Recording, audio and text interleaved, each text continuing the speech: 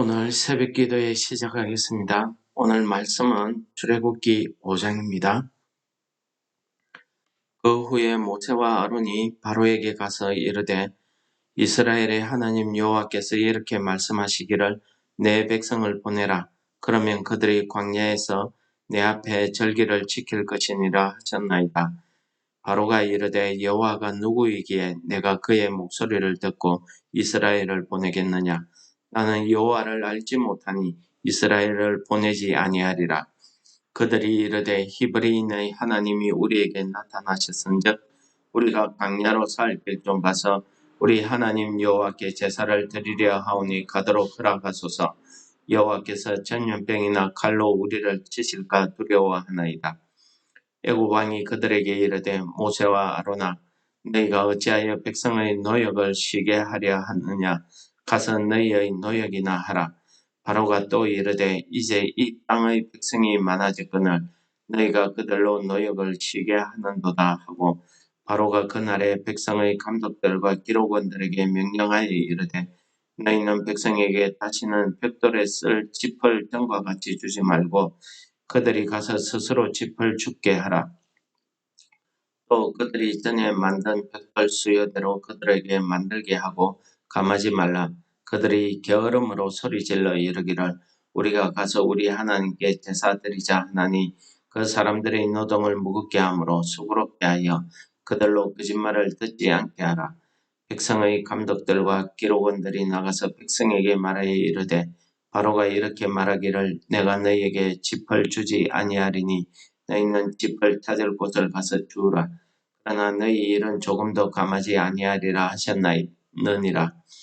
백성이 애굽 온 땅에 흩어져 곡촉 그루터기를 거두어다가 짚을 대신하니 감독들이 그들을 독촉하여 이르되 너희는 짚이 있을 때와 같이 그날의 일을 그날에 마치라 하며 바로의 감독들이 자기들이 세운 바 이스라엘 자손의 기록원들을 때리며 이르되 너희가 어찌하여 어제와 오늘에 만드는 벽돌의 수요를 전과 같이 채우지 아니하였느냐 하니라.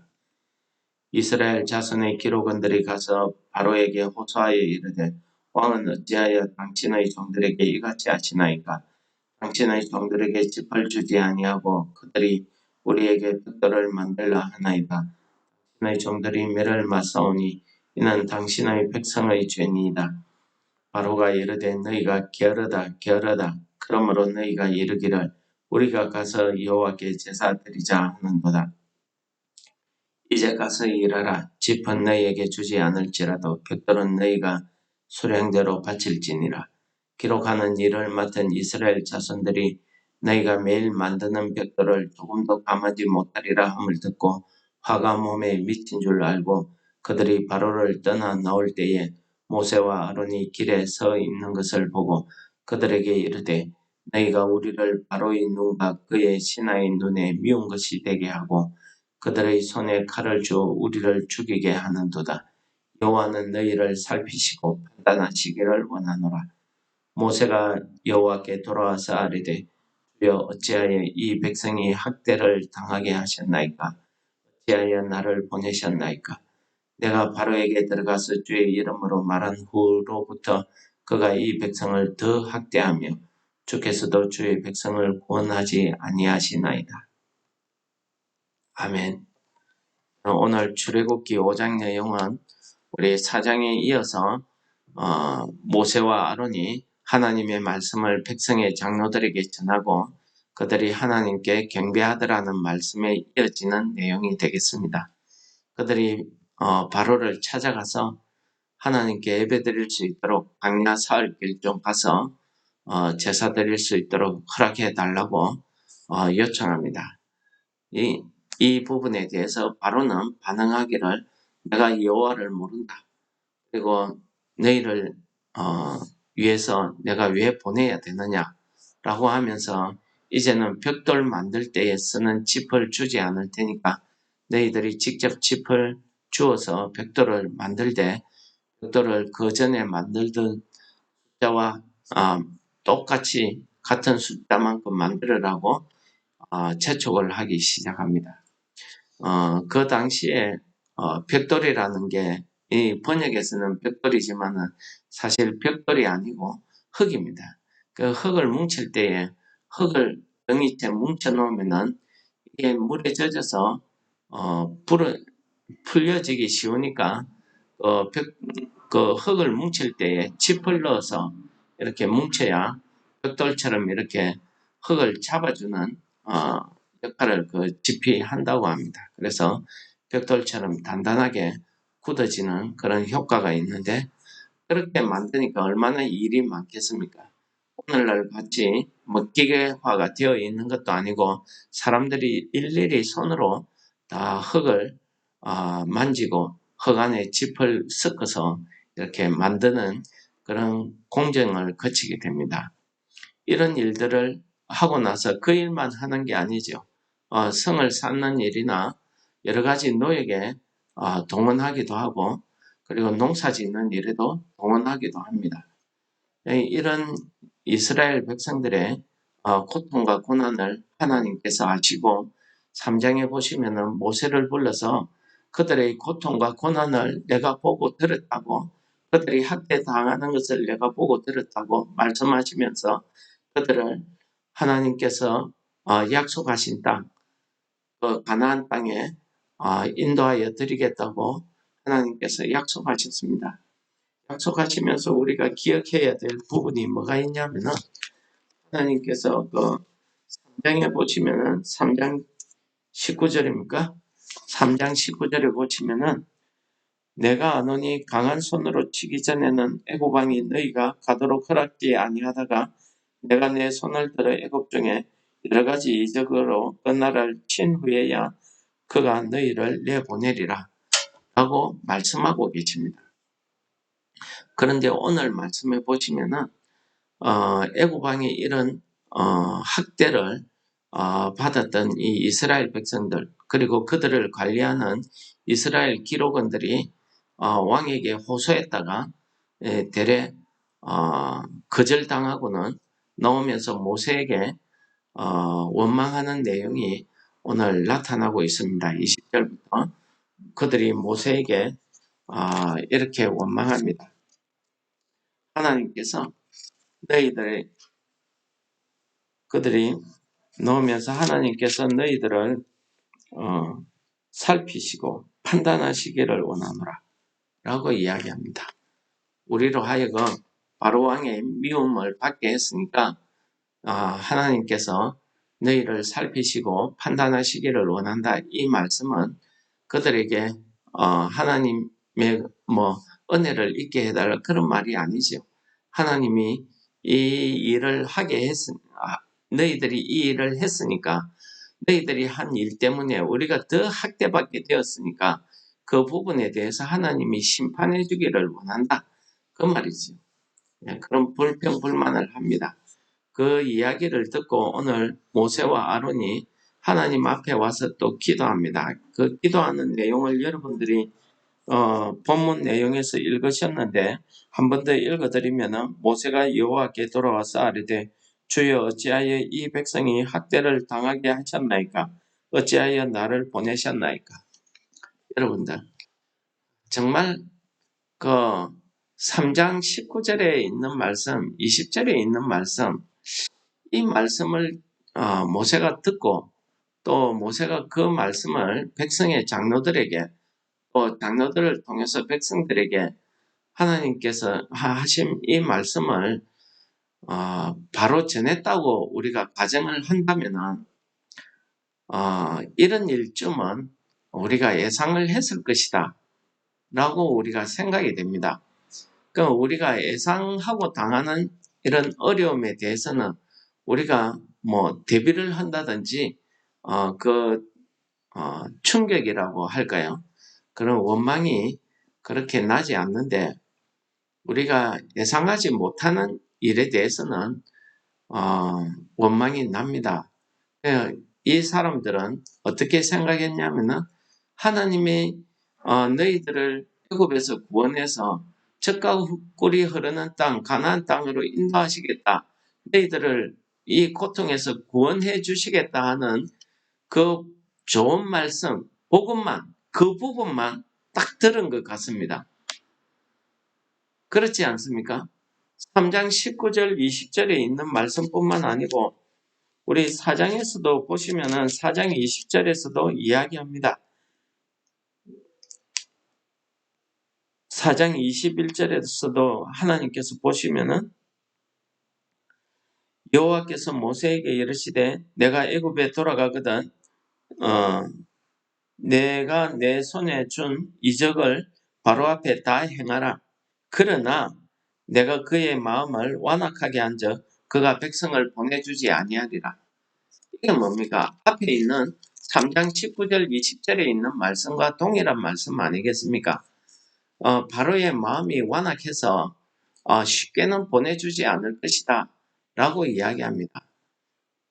그리고 그들이 더 학대받을 것을 미리 예언하신 말씀 아니겠습니까? 네, 우리가 하나님의 말씀을 들을 때에 우리는 하나님의 이 복음을 들을 때에 우리는 좋은 부분만 이렇게 듣습니다. 은혜, 축복, 위로, 구원 이런 거는 우리 귀에 쏙쏙 들어오고 우리가 하나님 앞에 감사도 되고 감당도 되는데 이런 일 외에 우리가 하나님의 뜻에 의해서 당하게 되는 고난, 근심, 시험 이런 것에 대해서는 우리가 잘 깨닫거나 생각지 않는다는 점입니다. 오늘 특히 그 사명자 모세가 하나님께서 왜 나를 보내셨나이까? 라고 하는 이야기를 들어보십시오.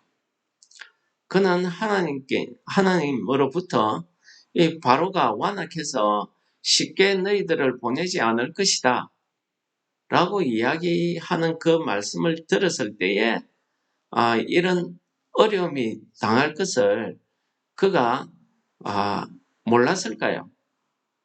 하나님의 말씀을 어떻게 해석을 했을까요? 우리 오늘 말씀 가운데 우리가 하나님의 말씀을 들을 때에는 하나님이 이루시고자 하는 그 뜻, 그 진리를 우리가 충분히 묵상을 해야 됩니다. 하나님께서 왜 이렇게 이스라엘 백성들을 하나님이 바로를 치시고 이적을 행하시고 그 일을 통해서 구원하시겠다고 말씀하십니다. 그 말씀의 원인이 무엇이겠습니까? 하나님이 즉시 구원하지 못해서 그럴 겁니까? 오늘 우리는 하나님의 그 말씀을 우리가 3장 20절에서 잠깐 우리가 살펴볼 수가 있는데요. 내가 내 손을 들어 애굽 중에 여러 가지 이적으로 그 나라를 친 후에야 그가 나를 보내리라 이런 말씀을 하고 계십니다.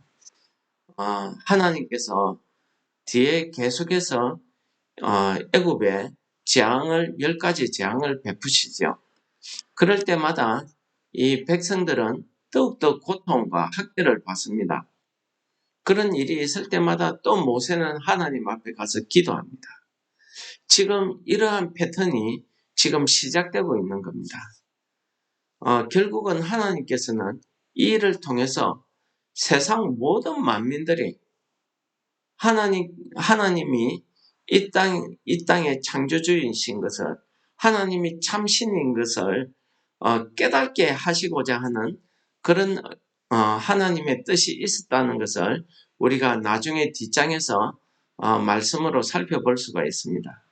하나님께서 왜 이렇게 애굽 사람에게 그 재앙을 내리실 때에 한꺼번에 이렇게 한 번에 하지 않고 10가지의 재앙을 나누어서 주겠습니까? 또 하나님께서 지금 모세가 처음 가서 이야기했을 때에 바로의 마음을 돌이키게 하셔가지고 한 번에 놓게 하시면 되는데 왜 바로의 마음을 완악하게 해가지고 이렇게 학대를 받게 했을까요? 하나님께서는 하나님의 백성, 이스라엘 백성들을 너무나 잘 알고 계시더라는 것입니다.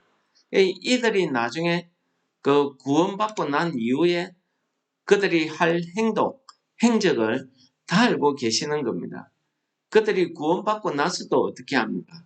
광야 생활길에서 그들은 하나님을 원망하기도 하고요. 하나님 대신에 금 송아지를 만들기도 하고요. 다시 애굽으로 돌아가자 하기도 하고 이렇게 불평불만을 합니다.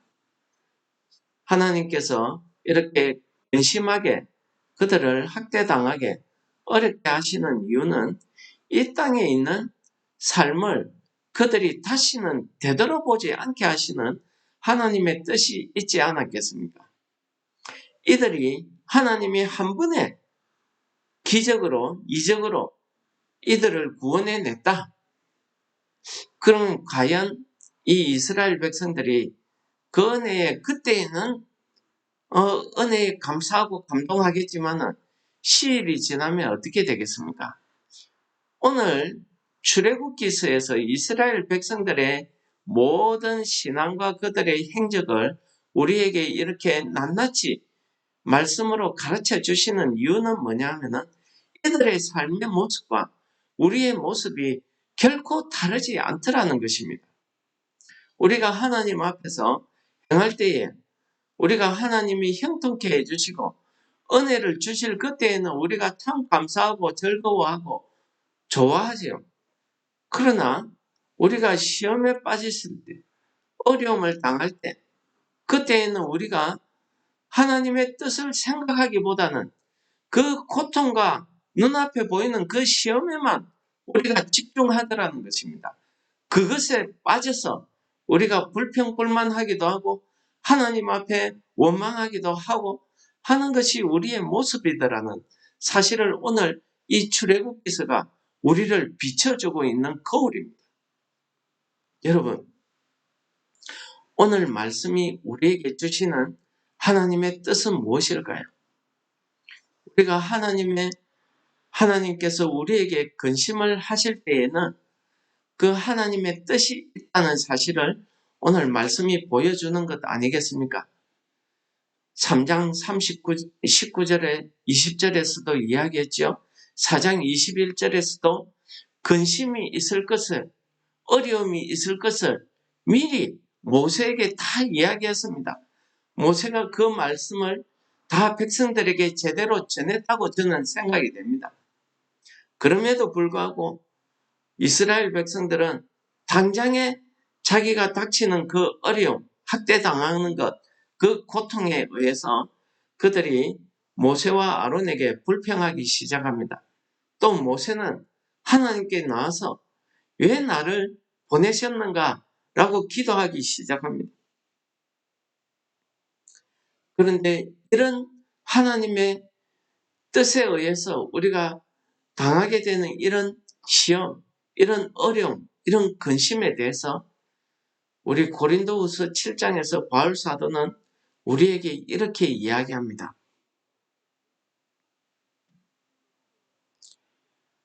고린도후서 7장 10절입니다.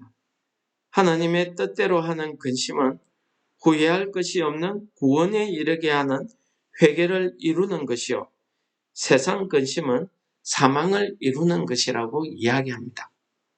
여러분, 하나님께서 이렇게 하시는 이유가 오늘 바울 사도의 말씀 중에서 우리가 그 뜻을 깨달을 수 있지 않겠습니까? 하나님께서는 400년 동안 이 애굽 땅에서 살아온 이스라엘 백성입니다. 심지어 그들은 하나님의 이름조차도 그들이 알지 못했습니다. 다만 그들이 조상 때부터 섬겨온 하나님, 이것만 알고 있었겠죠. 하나님께서는 이 애굽에서 그들을 바로가 하는 그 학대, 그 고통, 그 고난을 통해서 그들이 애굽에서 젖었던 그 모든 죄악된 모습을 다 벗어버리고 하나님이 원하시는 그 참된 구원을 이루시기 위해서 그들을 변화시키는 그런 작업을 지금 하고 계신다는 것입니다.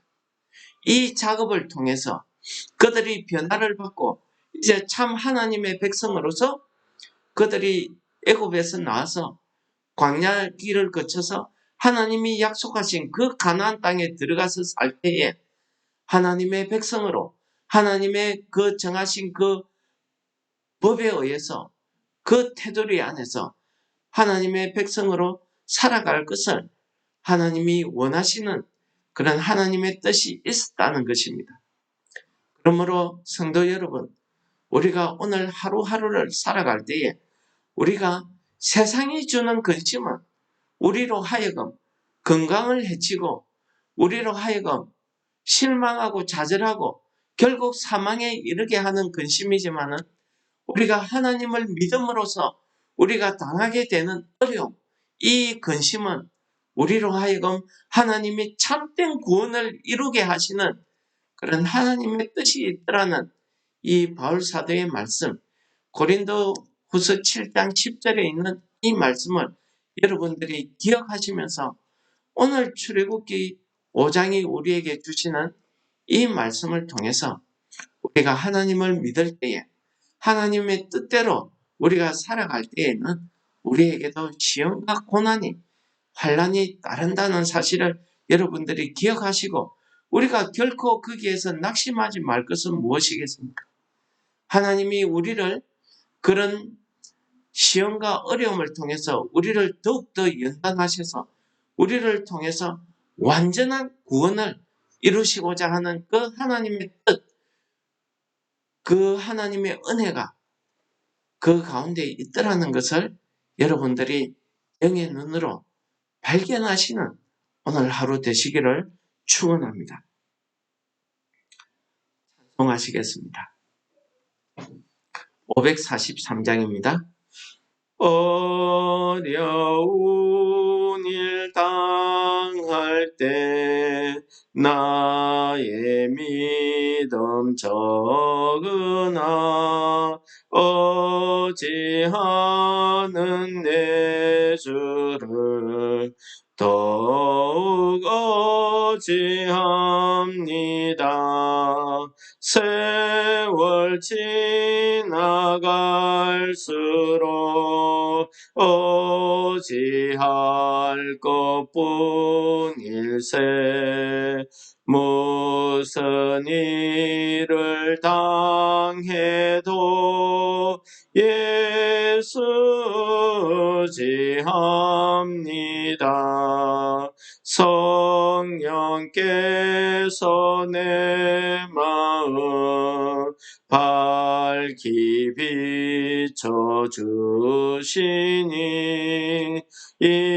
인도하심 따라서 주만 어지합니다.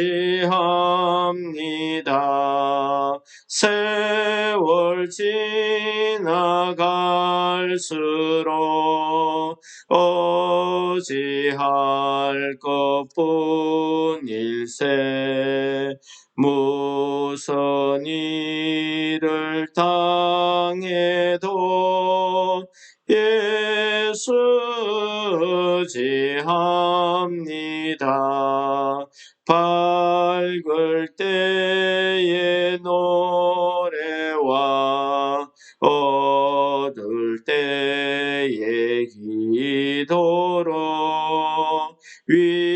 위태할 때 도움을 주께 간구합니다. 세월 지나갈수록 어지할 것뿐일세.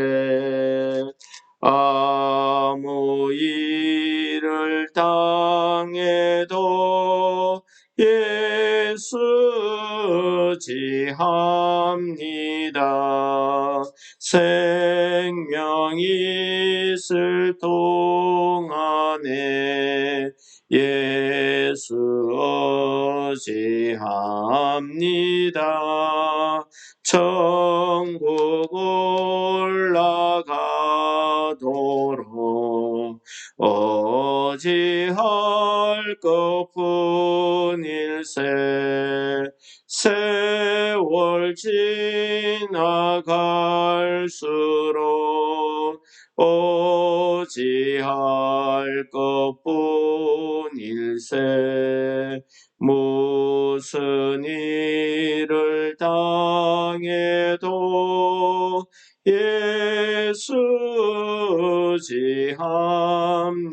예수지합니다. 우리가 이 땅에 살면서 어려운 일을 당할 때마다 우리를 도우시는 하나님 아버지, 우리가 믿음이 적어서 하나님, 우리가 시험 당하고 어려움 당할 때마다 하나님 앞에 우리가 불평불만할 때도 있음을 회개하오니 우리의 부족함, 우리의 연약함을 주께서 긍휼로 살펴주셔서 우리에게 은혜 베풀어 주시옵소서. 우리가 참 은혜스러울 때에 하나님 앞에 찬송하게 하시고 우리가 시험과 어려움 당할 때마다 하나님 앞에 더욱더 기도함으로 우리가 하나님이 원하시는 하나님의 자녀들로 성도로 이 땅에 살아갈 때에 오늘도 우리가 우리 구주 예수 그리스도를 의지하면서 살아갈 수 있는 하루 될 수 있도록 도와주시옵소서. 예수님 이름으로 감사 기도드립니다. 아멘. 하늘에 계신 우리 아버지여, 이름이 거룩히 여김을 받으시오며 나라에 임하시오며 뜻이 하늘에서 이루은 것 같이 땅에서도 이루어지이다. 오늘날 우리에게 일용할 양식을 주옵시고 우리가 우리에게 죄 지은 자를 사하여 준 것 같이 우리 죄를 사하여 주옵시고 우리를 시험에 들게 하지 마옵시며 다만 악에서 구하옵소서. 대개의 나라와 근세와 영광이 아버지께 영원히 있사옵나이다. 아멘. 우리 말씀을 생각하시면서 기도하도록 하겠습니다.